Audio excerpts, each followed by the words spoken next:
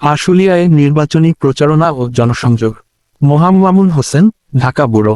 ঢাকা ১৯ আসনে বিএনপি মনোনীত প্রার্থী ডাহ দেওয়ান মোহাম্মদ সালাউদ্দিন বাবুর পক্ষে নির্বাচনী প্রচারণা ও জনসংযোগ করেছেন আশুলিয়া থানা বিএনপির সাংগঠনিক সম্পাদক মোহাম্মদ হাজী কাশেম মিয়া।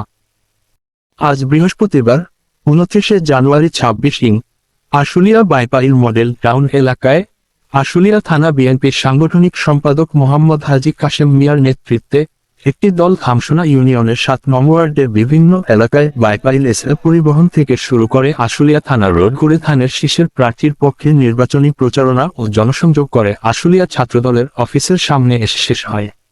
এই সময় বিভিন্ন নেতারা বলেন, আগামী ১২ই ফেব্রুয়ারি আপনারা সবাই ভোট কেন্দ্রে যাবেন। ভোট কেন্দ্রে গিয়ে ফরজের নামাজ আদায় করবেন, তারপরে লাইনে দাঁড়িয়ে ভোট দিবেন। ভোট শেষ না হওয়া পর্যন্ত ভোট কেন্দ্র পাহারা দিবেন। কেউ যেন ভোট চুরি এবং ভোট কেন্দ্র দখল করতে না পারে সেই দিকে খেয়াল রাখবেন। ফলাফল ঘোষণার পর ভোট কেন্দ্র থেকে আসবেন। এই সময় উপস্থিত ছিলেন ঢাকা উত্তরের ছাত্রদলের সহসভাপতি মোহাম্মদ রহমান হোসাইন রকি, খামসোনা ইউনিয়ন ৭ নং ওয়ার্ড সাবেক সিনিয়র যুগ্ম সাধারণ সম্পাদক মোহাম্মদ হারুনুর রশিদ মণ্ডল, বিএনপি নেতা বাদশা মণ্ডল, বিএনপি নেতা তারা মণ্ডল এবং বিএনপি নেতা হাজী মোতালেব মণ্ডল সহ আরও অন্যান্য নেতৃবৃন্দ উপস্থিত ছিলেন।